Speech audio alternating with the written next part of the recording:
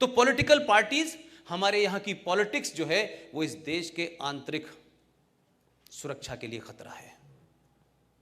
हम जाने अनजाने उसको ये मान के चल रहे हैं, कोई फर्क नहीं पड़ता। ये जो कुछ भी 70 साल में आपके देश में हुआ है, इस देश के इंस्टीट्यूशंस के अंदर ऐसे लोगों को बिठाया गया है कि एक आदमी, आप उसे किसी यूनिवर्सिटी का उपकुलपति भी बनाते हैं, माइनॉरिटी कमीशन का चेयरमैन भी बनाते हैं, ईरान में राजदूत भी बनाते हैं, 2-2 बार उपराष्ट्रपति भी बनाते हैं। देखिए, आपकी हंसी से ही पता चल गया कि आपको नाम पता है। मैं ये इसको, क्योंकि मैं उस साइक में पैदा हुआ हूं, बड़ा हुआ हूं। आप सबको याद होगा कि इस देश के अंदर बांग्लादेशी मुसलमान एक 7-8 साल पहले एक टॉपिक हुआ करता था, बांग्लादेशी इल्लीगल मुसलमान यहां हैं, बांग्लादेशी, यही होता था। आपने देखा होगा कि उस जमाने बड़ी शांति थी, कभी उनके फेवर में कोई जुलूस नहीं देखा। लेकिन इतना बदला है कि जो लोग कुछ काम शांति से कर रहे थे, खामोशी से कर रहे थे, जब उनको पता चला कि इस देश के एक मेजॉरिटी वर्ग में कुछ लोग जो हैं हमारी हरकतों को समझ रहे हैं, उतना ही वो एग्रेसिव हुए जब रोहिंग्या मुसलमान इस देश में आया। और आजाद मैदान में आपके प्रदेश में जो हुआ वो तांडव सबने देखा है। इसलिए बंगाल में बहुत ही गरीब लोग एक जुलूस निकाल रहे थे, 2.5 लाख लोगों, 2 लाख से 2.5 लाख लोगों का वो जुलूस था। और उस जुलूस में नारे क्या लग रहे थे सर? उस जुलूस में नारा लगा पहली बार, आर्यन वापस जाओ, रोहिंग्या हमारे भाई हैं। और ये वो लोग लगा रहे थे जिनके बाप दादों को पता नहीं होगा आर्यन कौन था। ये नारा कहां गढ़ा गया, कहां से दिया गया, और इस नारे के पीछे की सोच क्या थी, ये बड़ा खतरा है। ये आर्यन शब्द कहां से आया सडनली, वो भी बंगाल में?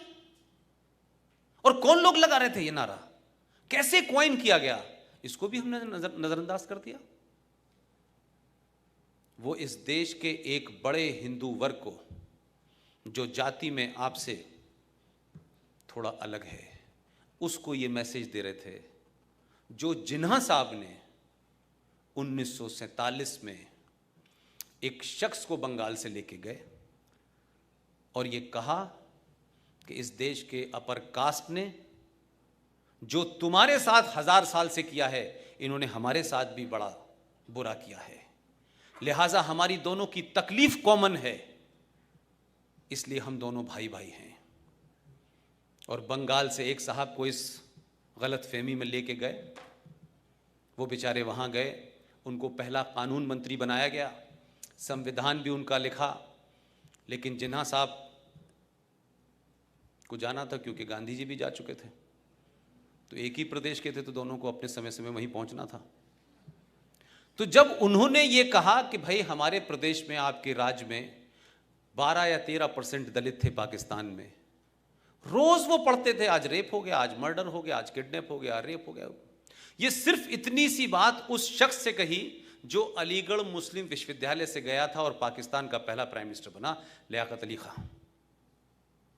तो लियाकत अली खां के शब्द थे उनसे कि अगर आपको दलितों की चिंता है तो बेहतर है कि आप चले जाएं, जिन्ना साहब तो अब नहीं है।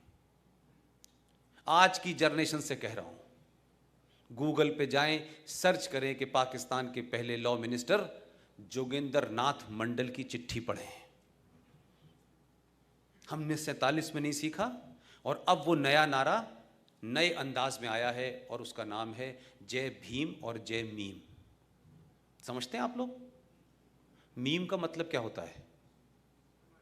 अगर नहीं पता है तो मैं बता देता हूं आपको। इंग्लिश के अल्फ़ाबेट पता है आपको? उसमें एम आता है। हिंदी के अल्फ़ाबेट में माँ आता है। उर्दू अलिफ बे पे ते टे से दाल डाल जाल तो इज़ वही एन गैन फे काफ लाम मीम। मीम एक अल्फ़ाबेट है, वो एम का तो मीम, क्योंकि आप लोग उर्दू पढ़ते नहीं, नॉट आप, पूरा देश, तो उन्होंने बड़े हल्के से क्वाइन किया है कि जो कुछ लोगों की समझ में जय भीम और जय मीम। यहां मीम का मतलब एम और एम का मतलब मुसलमान है। आजकल ये नारा बहुत तेजी से चल रहा है। देखिए, मैं इसलिए कह रहा हूं कि पॉलिटिकल पार्टीज बहुत सारे इश्यूज को उठाती हैं, लेकिन मैं फिर कह रहा हूं वो बड़ी सेलेक्टिव होती हैं। कब कौन सा इशू उठाना है, कब नहीं उठाना है, कब किससे वोट मिलेंगे, कब किससे वोट नहीं मिलेंगे, किससे कोई नाराज हो जाएगा, ये उनका एजेंडा है और वो पॉलिटिकल पार्टीज का कैरेक्टर है, वो वहां का रूल है, उस रूल, गेम के रूल को नहीं बदल सकते हैं। लेकिन आप मुझे बताइए, कश्मीर से लेकर के कन्याकुमारी तक क्या लोगों को पता नहीं था कि भारत के संविधान में 14 मई 1954 को एक बड़ा फ्रॉड हुआ है? जजों ने नहीं उठाया, लीगल ने नहीं उठाया, पॉलिटिकल पार्टीज ने नहीं उठाया, तो भाई हमने भी क्यों नहीं कोई भी बात की? कोई डिस्कोर्स में तो लाते, कभी चर्चा तो होती, उस पर कोई एक आर्टिकल तो लिखा जाता कि ये कैसे 14 मई 1954 को जवाहरलाल नेहरू की जिद पर डॉक्टर राजेंद्र प्रसाद को दबाव डलवा करके एक आदेश दिया और उस आदेश को आपने अपने संविधान के अंदर उसको बना करके आपने आर्टिकल बना दिया। और वो आर्टिकल है क्या, उससे क्या, उसकी भारत की सुरक्षा पे क्या खतरे होंगे, विजनरी प्रधानमंत्री ने तब भी नहीं देखा और ना उन्होंने पूछा। लेकिन कमाल यह है कि जम्मू कश्मीर का संविधान बड़ी मुश्किल से मिलता है, क्योंकि ज्यादातर कॉपी उसकी उर्दू में है। उसमें तो कमाल उन्होंने किया कि इसकी इंप्लीमेंटेशन की डेट रखी कि साहब ये जो संविधान में हमने संशोधन कर दिया है और आर्टिकल 35 पे जारी हो गया है, आपने कहा कि ये आपने 14 मई 1954 को हमें दे दिया, लेकिन हम इसके लागू करने की डेट 1944 रखेंगे। तो मैं उनसे कहता हूं 1944 की क्या जरूरत थी, 632 रख लेते। दिल की सारी मुरादें पूरी कर लो भाई, थोड़ी बहुत क्यों रख रहे हो? लेकिन ये हमने सब होने दिया क्योंकि हमें उस वक्त पॉलिटिकली यही सूट करता था। तो किसी की राजनीति को क्या सूट करता था, किसी पार्टी को क्या सूट करता था, यह ज्यादा महत्वपूर्ण था बनस्पति से कि देश को सूट करता है या नहीं करता है। इसलिए देश को क्या सूट करेगा इसके बारे में चिंता किसी को नहीं थी। हमें क्या फायदा होगा, कितना होगा, कितने दिन तक हम सस्टेन कर सकते हैं पॉलिटिक्स में इस जुमले को चला करके। उसका नतीजा यह हुआ कि जम्मू कश्मीर, हम दावा तो करते हैं अखंड भारत का, बड़ी ख्वाहिश है हमारी, लेकिन हम इस सच्चाई को क्यों भूल रहे हैं भाई? कुछ ख्वाब अच्छे होते हैं, लेकिन जरूरी नहीं कि वो सच्चे हों। लेकिन हकीकत यह है कि जो कश्मीर आपके पास है, क्या वो आपका है? आपकी रीड चल रही है उसमें? तो जो कश्मीर हमारा है, जो ज्योग्राफिकली हमारे पास है, हम उसको बचा नहीं पा रहे हैं। और हर सरकार आती है और उस कश्मीर में पृथकतावादी ताकतों और आतंकवादियों को मजबूत करती है, उस सोच को मजबूत करती है, और सरकार चली जाती है। लिहाजा 1990 में, अब इसकी क्रोनोलॉजी को अगर आप समझें, these all are part of the challenges before the nation. ये सब इंटरनल सिक्योरिटी के लिए खतरे हैं।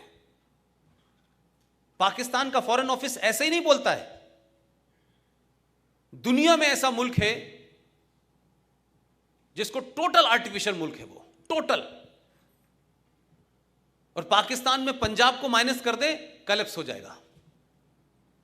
वो मुल्क 5000 साल की रिटन सभ्यता वाले लोगों को, जिसके देश में चाणक्य जैसा आदमी पैदा हुआ हो, उनको मूर्ख बना रहा है। ये मेरे लिए शर्म की बात है। एक छोटा सा देश, हमारी सारा कंसंट्रेशन पाकिस्तान पाकिस्तान पाकिस्तान पाकिस्तान। हमने इस देश को, पाकिस्तान को अपने देश में हवा बना के खड़ा कर दिया है।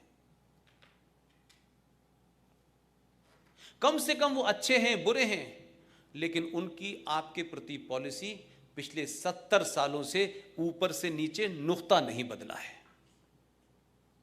आपकी फॉरेन पॉलिसी क्या है? सडनली कोई आएगा यहां पे प्रधानमंत्री, उसको उदार होने का शौक हो जाएगा। नहीं, सब ये भी। एक प्रधानमंत्री आए जो पाकिस्तान से यहां आए थे माइग्रेट होके, उन्होंने ऑफिशियली रॉ को डिसमेंटल करा पूरे पाकिस्तान में, ऑफिशियली डिसमेंटल करा। एक और आए, उन्होंने कहा कि फोन करके कहा, भाई तुम बम बना रहे हो क्या? फोन करके पूछा, जैसे वो बताएगा हम बम बना रहे हैं। उनको शक हो गया, रॉ के 4 अफसरों का कत्ल हो गया उस चक्कर में। हमारे यहां के प्रधानमंत्री ये समझते हैं कि जितने हम महान हैं उतने दूसरा महान होगा। उनकी पॉलिसी और सोच में फर्क नहीं था। आपके यहां अलग अलग प्रधानमंत्री को अलग अलग समय में लगा के, नहीं मुझे बड़ा होकर दिखना है, मुझे दुनिया में स्टेटमेंट बनना है।